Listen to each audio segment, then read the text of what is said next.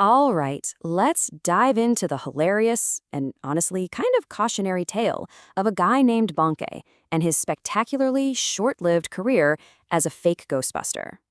So, our story starts with this fantastic quote. Our hero, Banke, gets called a ragamuffin by a rickshaw driver, and this is his big comeback. I mean, it tells you everything, right? The guy is broke, but his ego is absolutely writing checks that his wallet just can't cash. So, yeah, how did Banke even get here? Well, his story kicks off with a pretty familiar problem. He's unemployed, he's had a string of failures, and just a whole lot of bad luck. Okay, this timeline really just shows you how far behind the curve our guy is.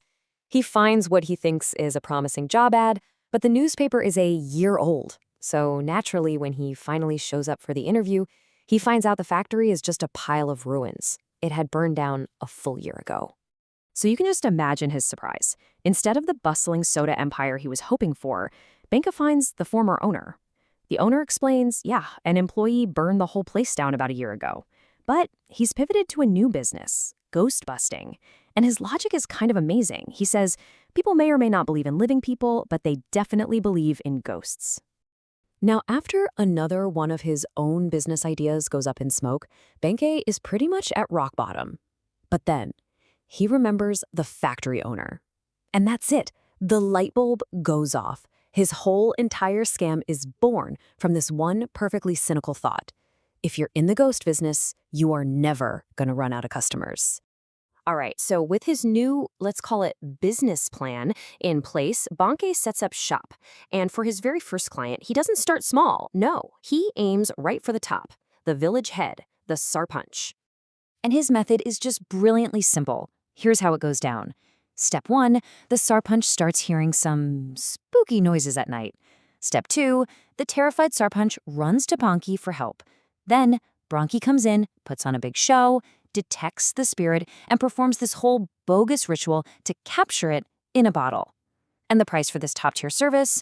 $2,000. Oh, plus another $2,000 in tax, of course. So after that first big payday, you know his confidence is through the roof. He quickly replicates his success. His next client, a guy named Monglu, shows up with the exact same problem. And guess what? Banke gives him the exact same theatrical solution. It's like rinse and repeat. And just like that, he's solidifying his reputation as the village's #1 ghost expert. But you know, what happens when you get a little too good at your own scam? When your reputation starts to precede you?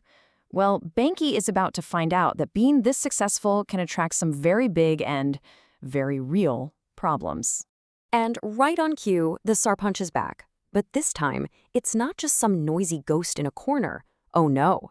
His son-in-law is supposedly possessed by a jinn. We're talking a much more powerful, much more dangerous kind of spirit here. One that's apparently already beaten a bunch of other exorcists. And now, the sarpanch wants his star player, Banke, to step up to the plate. This is where you see the panic setting in. You know, on the outside, he's trying to act all confident for the villagers. But inside his head, it's just pure terror. He knows he is way, way out of his depth, and he's completely trapped by his own con. So seeing a chance for one last big score before he bolts, Banke doesn't just play along. He goes for broke. He escalates the whole scam and announces a lifetime ghost removal service. He tells the entire village that a huge calamity is on its way, and they all need to chip in for this one massive collective exorcism. The pitch is perfect. Pay once, be safe from ghosts for life. And the villagers, they totally buy it, eagerly filling up his donation box. And this all leads us to the climax, the grand finale of his scheme. Banke is staging his biggest performance ever. He's ready to put on a show, grab the money, and disappear. What he's not counting on, though, is getting an uninvited and very, very real audience. So what's his big plan? Well, the whole grand finale hinges on a simple piece of tech. He's hidden a projector up in a tree, and his plan is to create these fake ghost apparitions to completely terrify the village one last time, grab the cash, and make a run for it.